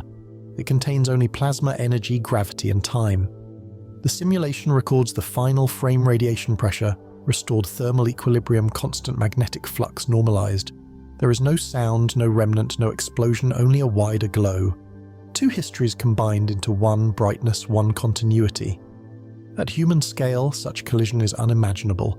Yet in stellar mathematics, it is simple conservation mass-absorbed energy, released balance achieved. The paradox resolves itself without intervention. What began as an effort to extinguish flame ends as a demonstration that fire cannot die, only transform. The experiment concludes its dramatic phase here. The next, we do not ask what happens when stars merge, but what remains afterward. The reflection begins not with light, but with the space it leaves behind. After collision, equilibrium unravels. The new star once two, now one exists in turbulence. For a brief span, its shape is unstable, its gravity uneven. Pressure waves ripple outward through plasma like memory struggling to settle. Each oscillation carries remnants of identity, one from the old sun, one from the sphere of water now erased. At this scale, the concept of separation no longer applies. Mass remembers, energy forgets. The first response is fragmentation. The outer layers, overstressed by rebound, surge outward in luminous arcs. Filaments of ionized gas stream into surrounding space, thin as thought, bright as day. Spectral models call these coronal ejections, but within the language of the experiment, they are echoes matter released as the new core stabilizes. For hours, perhaps days, the system sheds plasma in loops and ribbons. Each ribbon extends millions of kilometers, twisting through its own magnetism. From distance, the star looks wounded, yet radiant, a living diagram of physics at work. At the core, pressure still surges. The added hydrogen from the consumed sphere deepens fusion. Energy production increases beyond normal equilibrium, then begins to regulate as gravitational containment strengthens. A delicate balance forms again, radiation pushing outward, gravity pulling inward, both sides nearly equal. This period defines the post-collision rebalancing phase. It is the star's way of remembering stability. Temperature gradients across the surface change dramatically. Some zones brighten into blinding ultraviolet, others dim, cooled by shadowed convection. Magnetic fields tangle during merger unwind, slowly releasing arcs of energy across hemispheres. Solar wind intensifies a steady exhalation of charged particles.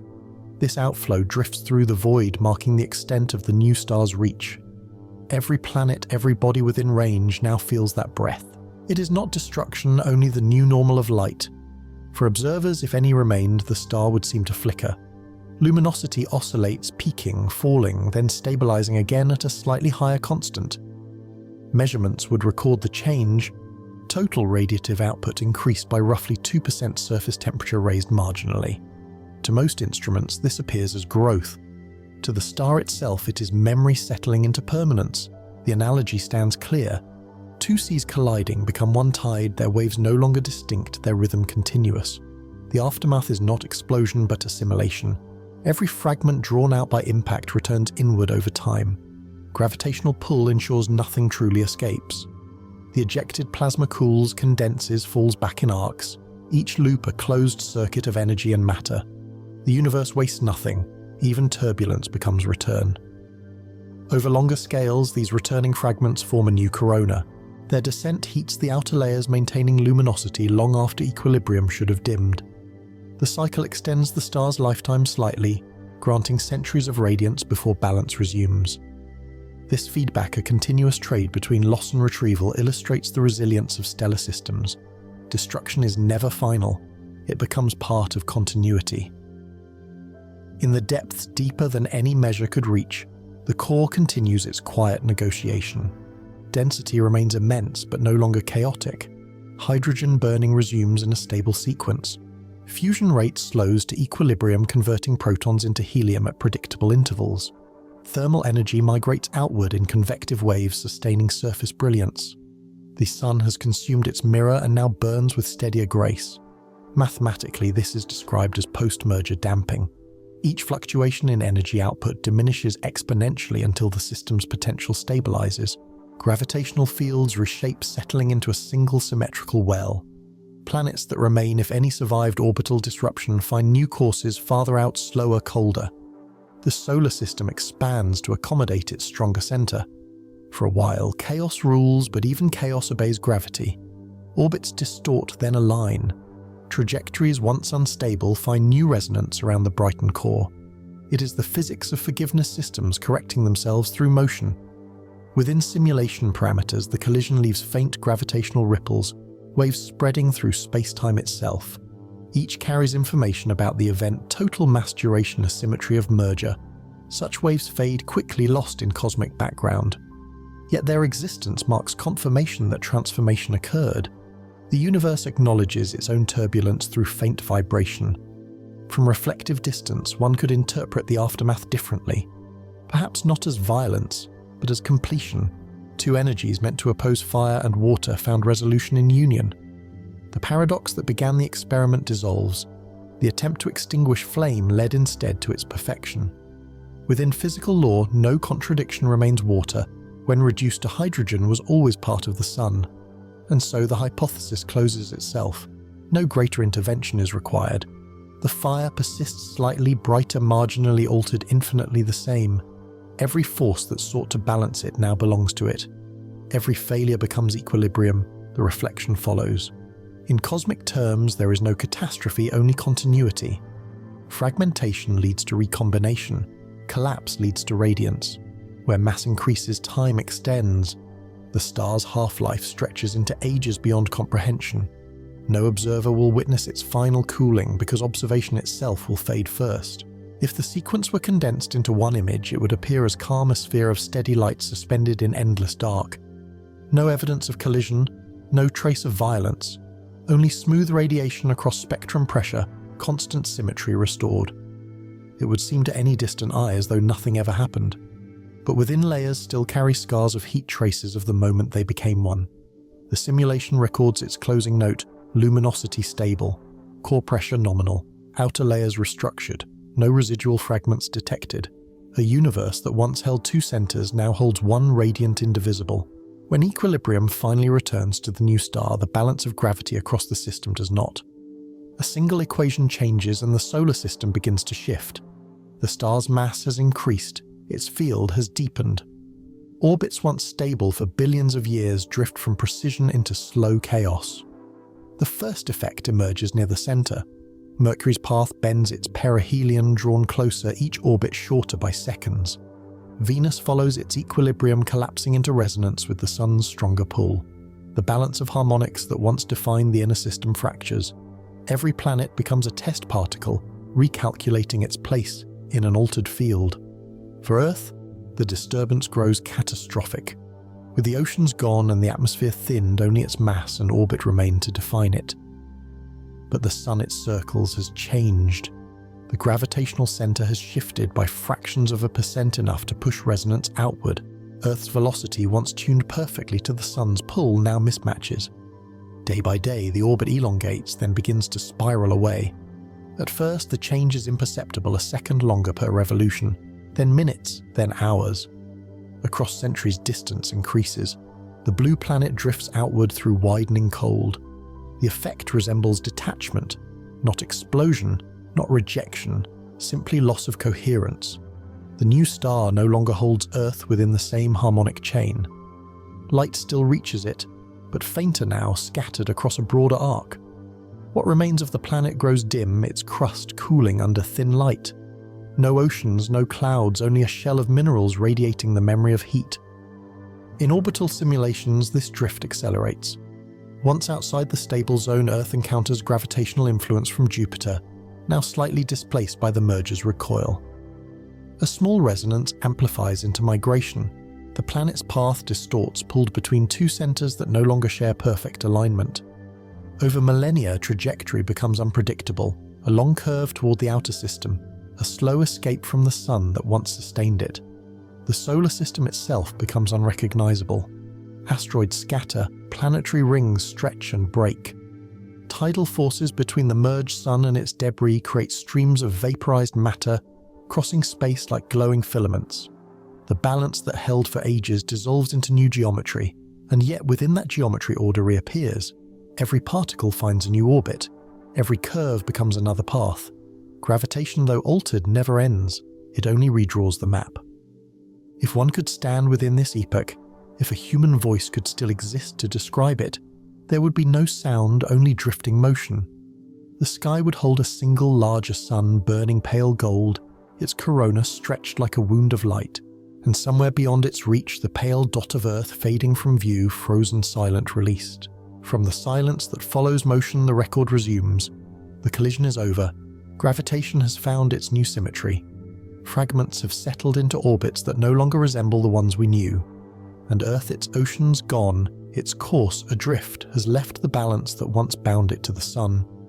This is where the final analysis begins. Every experiment, every model, every projection has converged on the same result. No amount of water can extinguish the fire of a star. Hydrogen. The element that defines water cannot cool what it feeds.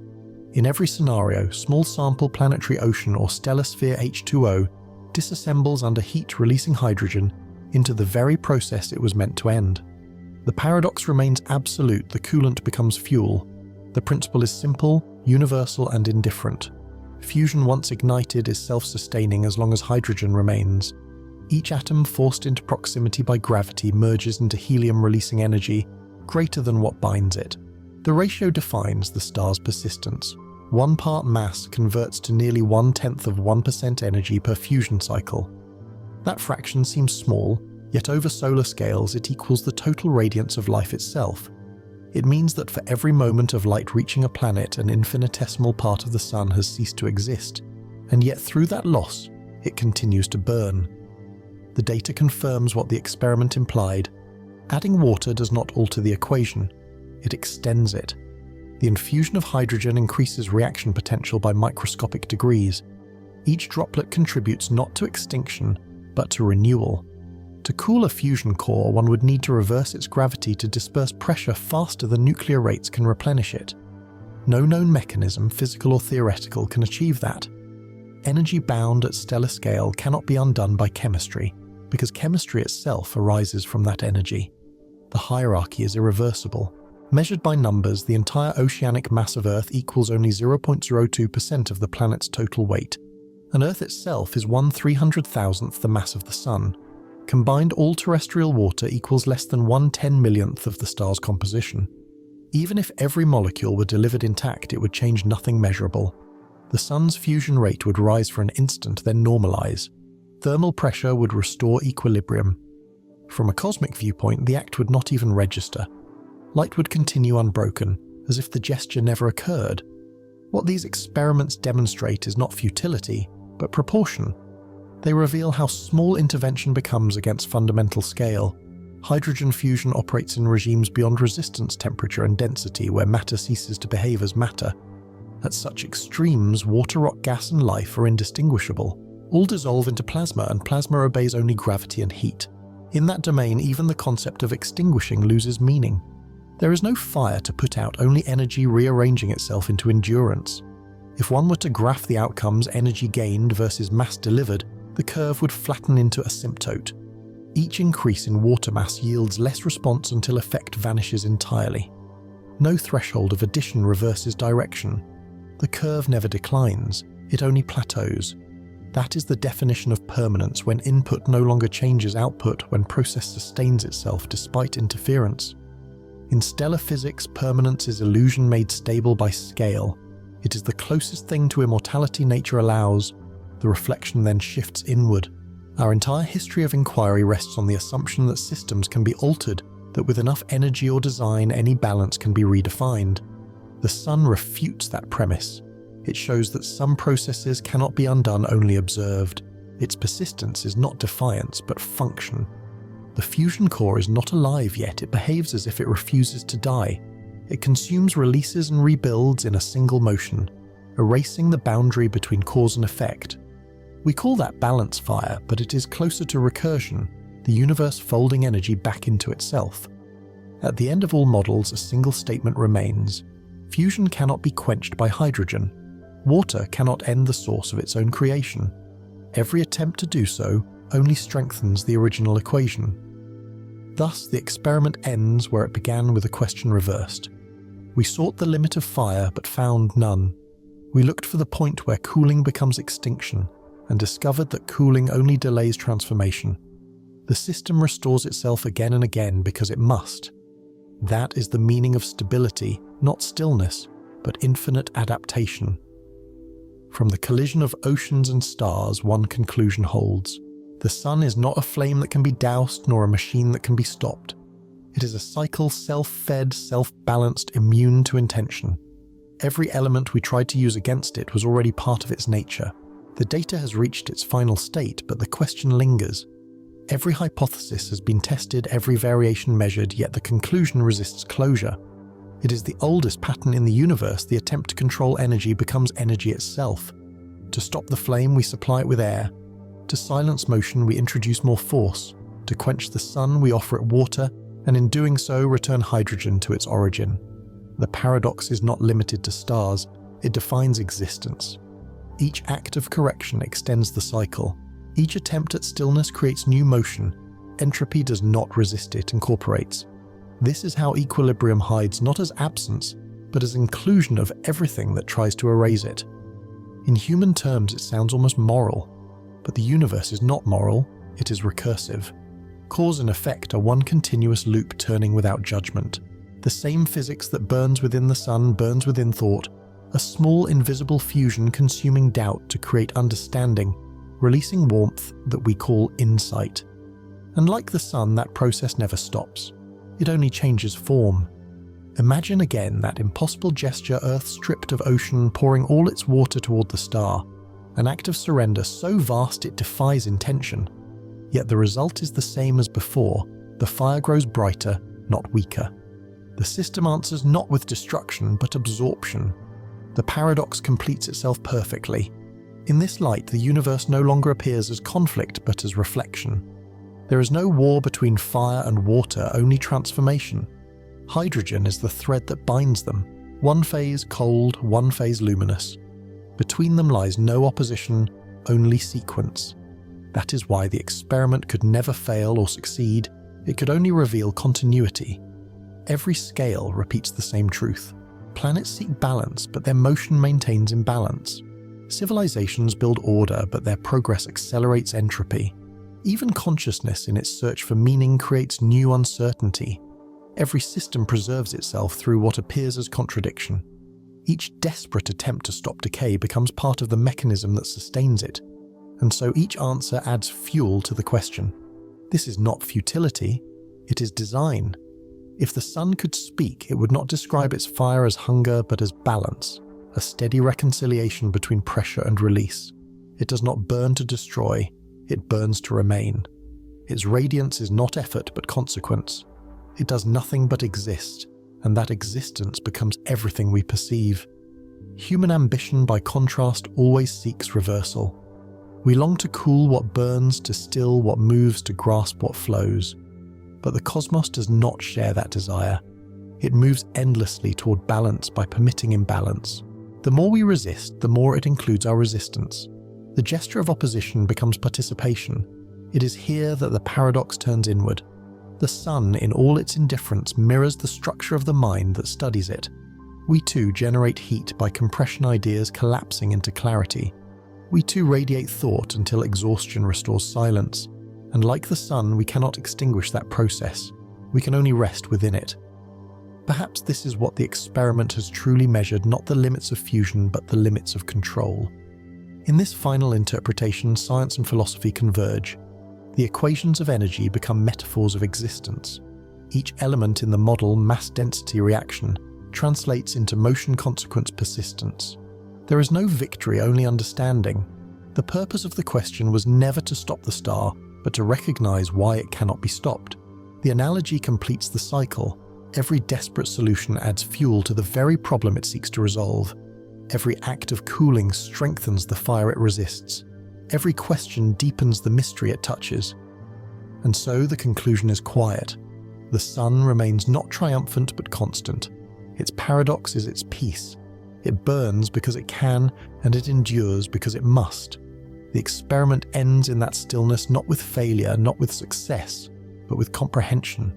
The records close, but the inquiry does not. Every equation ends in balance, yet balance is never the end. If water cannot dim the sun, then the question must evolve. If hydrogen feeds the fire, what substance could ever consume it? The experiment leaves this space deliberately empty, a horizon of speculation, not conclusion. Perhaps not matter at all, but something beyond it. A field that does not burn a gravity deeper than light, a presence that does not oppose but absorbs.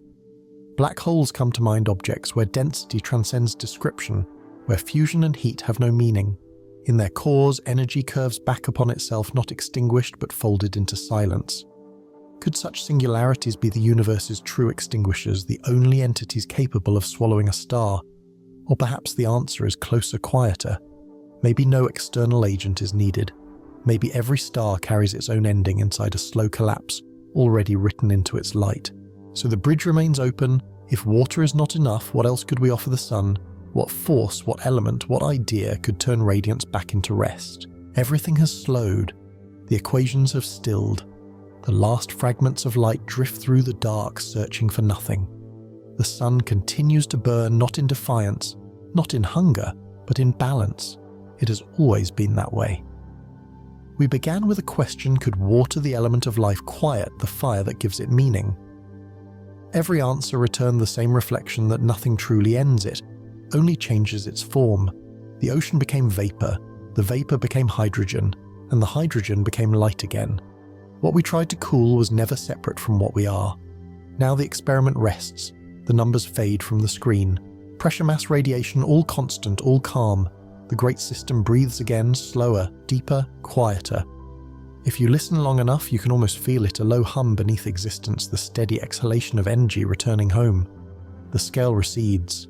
You drift outward past orbit and dust, past the pale scar of where Earth once circled, past the radiant shell of the sun, now whole again. Everything grows smaller, softer. Stars shrink to embers, then to whispers of light. Galaxies become mist. Even gravity, tireless and patient, thins into silence, and yet something persists. Not movement, not heat, only rhythm, the simple pulse that has guided everything since the beginning. The same rhythm inside your chest, the same quiet motion behind thought, the same warmth that lingers when the world grows still. Perhaps this is what the universe means by peace, not the absence of fire, but its perfect containment. Not darkness, but a gentler kind of light. So breathe with it once more. Let the orbit of thought slow. Let the questions dissolve molecule by molecule until all that remains is the hum of balance. The sun endures, the light continues, and somewhere in that endless quiet you're still drifting calm, weightless, carried by the warmth that never ends.